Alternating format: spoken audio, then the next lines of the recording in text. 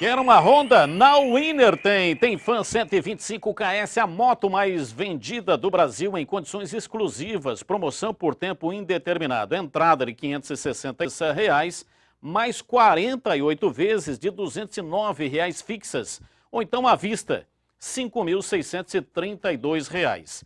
Venha conhecer também a nova versão da CB300R. Agora Flex, atenção, parcelas de 60 vezes de R$ 272,52. Fala a verdade. Só vai andar a pé quem quer. É ou não é, Zé? Em Campinas você tem a Winner Honda na Avenida Amoreiras, 1560. O telefone é o 3772-1677. Fale com o André ou então com o El. Winner Honda Dream na Avenida Amoreiras, 1560. O telefone é 3273-1777. Fale com o Avelar ou com o Ricardo. E o Winner Honda na Avenida Suassuna, 197, aquela região enorme ali do Ouro Verde. E o telefone de lá, 3766-7470. Fale com o Ricardo ou então com o Nivaldo. Aliás, o Nivaldo e o Caio estão lá para atender você. Na Winner, todo dia é dia de Honda. Vamos falar do Bragantino na tela da Band. O Braga começou a partida pressionando o Ceará. Diego Macedo bateu falta e lançou para Lincoln, que ficou cara a cara com Fernando Henrique. Mas o chute saiu rasteiro e o goleiro afastou o perigo. Mas não demorou muito para o atacante recuperar a oportunidade perdida. Em jogada rápida pela esquerda, Thiaguinho lançou para Lincoln, que conseguiu tirar Anderson Marques da jogada e abriu o marcador. Mais uma vez o time de Bragança Paulista voltou a pressionar. Thiaguinho invadiu a grande área e obrigou a defesa do Ceará a mostrar serviço. Com chutes de fora da área, o time cearense tentava chegar ao empate. Mas em campo, o Leão dominava a situação e acuava o adversário. Mais uma vez o Ceará tentou empatar e com mais um chute de fora da área. E o Ceará teve tudo para chegar ao empate ainda na primeira etapa, mas perdeu a oportunidade neste lance. Adriano Pardal cruzou no meio da área, mas para a sorte do Braga, ninguém chegou para chutar. O time paulista ainda continuava pressionando o adversário. O segundo tempo começa com Adriano Pardal, deixando toda a defesa do Bragantino em alerta. Mais pressão do Ceará, desta vez na cobrança de falta. Magno Alves chuta direto para o gol e Leandro Santos afasta o perigo. Mesmo com o time cearense jogando mais adiantado, o time de Bragança Paulista conseguiu ampliar o placar. Diego Macedo cobrou escanteio e na sobra, Álvaro de cabeça marcou o segundo gol. E no finalzinho da partida, o time da casa perdeu a grande oportunidade de marcar o terceiro gol com o Dudu. Mas o placar final ficou o mesmo nos 2-0 para o Bragantino, que com a vitória subiu para a 7ª colocação dentro da tabela. Já o Ceará, com a derrota, ficou na 15ª posição, próximo à zona do rebaixamento. Vamos falar com o Breno Beretta. A Ponte vai, na quarta-feira, agora enfrentar o Nacional em Manaus pela Copa do Brasil. Teve o jogo no final de semana adiado com o Atlético de Minas, devido à Libertadores, e volta a jogar pelo Campeonato Brasileiro contra o Santos no sábado, 21 horas. Bebê, um abraço para você, a Ponte. Qual é o time que a Ponte vai levar para Manaus? Um abraço, Batista. Boa tarde a você, boa tarde a todos acompanhando o Jogo Aberto. O time é o seguinte, treinou hoje pela manhã. O Daniel no gol, o César, o Gustavo e o Rafael Silva, zagueiro que veio do Rio Preto, são os 3 zagueiros.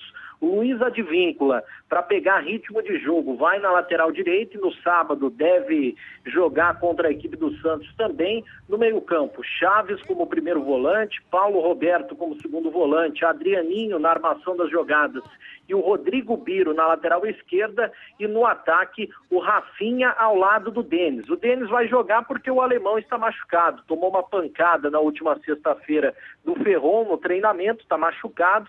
O Chiquinho também está machucado, com dores no joelho, né? Pode até desfalcar o time no sábado contra o Santos. e também o Brian Sarmento, que foi bem, poderia até jogar para pegar ritmo de jogo, ele foi bem na vitória por 3-1 sobre o Audax no jogo treino no final de semana, só que ele também se machucou e não vai viajar para Manaus, assim como o Carpegiani, que também não viaja. O Zé Sérgio vai comandar o time na quarta-feira às 9h30 da noite contra o Nacional, Batista. Já já os nossos comentaristas vão analisar esta atitude da Ponte, leva, portanto, um time quase que reserva do reserva para enfrentar o Nacional em Manaus e nem o treinador vai viajar. E com relação ao Bolatti, a Ponte anunciou que o Bolatti, o volante Bolatti, que vinha do Internacional, não vem mais. O que é que aconteceu, hein, Bebê? Ele era aguardado hoje no estádio Moisés Lucarelli, Batista, para assinar contrato até o final do ano de empréstimo, né? Só que segundo a diretoria da Ponte, o Marcos Vinícius disse que o procurador informou a Ponte Preta, o procurador do Bolatti, que ele quer jogar na Europa. E o Newton Drummond, ele que é o executivo de futebol do Internacional, ele afirmou que a Ponte não chegou a um acordo financeiro com o Bolatti. São duas versões, mas a realidade é que o Bolatti não vai vestir a camisa da Ponte Preta. Um abraço, Bebê. Um abraço, Batista. Bom, vamos lá. Primeiro falando aí desse time que vai enfrentar o Nacional em Manaus, é Copa do Brasil. A Ponte perdeu o jogo aqui 1-0 e tem que vencer por 2 gols de diferença lá em Manaus para conseguir a classificação. E o Carpegiani não vai, Zé Sérgio será o treinador. E aí, o que vocês acham?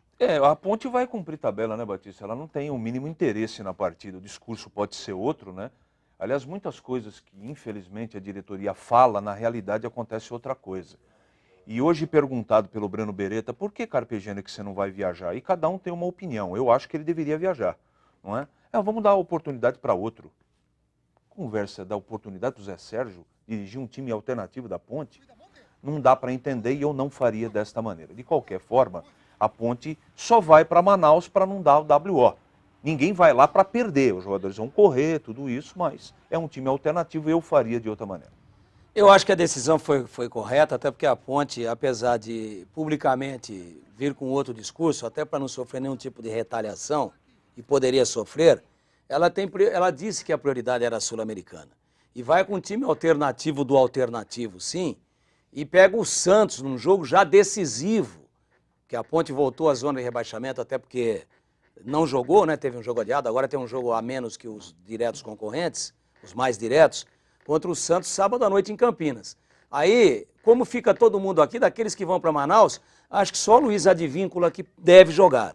Ora, se o time que está sendo treinado para enfrentar o Santos está em Campinas, se o jogo é em Campinas, se lá é cumprimento de tabela para não dar WO, se a Ponte não quer o campeonato, por que que o treinador vai viajar 4 horas de avião para lá, vai para lá e volta para cá, para perder 2 dias de treinamento com o time que vai enfrentar o Santos, que é esse time que está sendo preparado e está todo ele em Campinas, exceção, talvez, ao lateral direito, que talvez ganhe condição de jogo. Eu acho que é uma atitude inteligente. Já que é para não dar WO, depois o Zé Sérgio passa o relatório.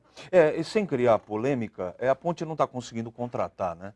E me parece que, salvo qualquer surpresa de última hora, que esses alternativos serão a solução da Ponte daqui para frente, como foi na última partida. Os volantes que vão jogar lá, o Paulo Roberto, sem discordar da sua opinião, mas eu acho que o treinador, né, tem que observar o que está acontecendo. De novo, o Adrianinho vai ter uma oportunidade de jogar e o treinador não vai estar lá para ver.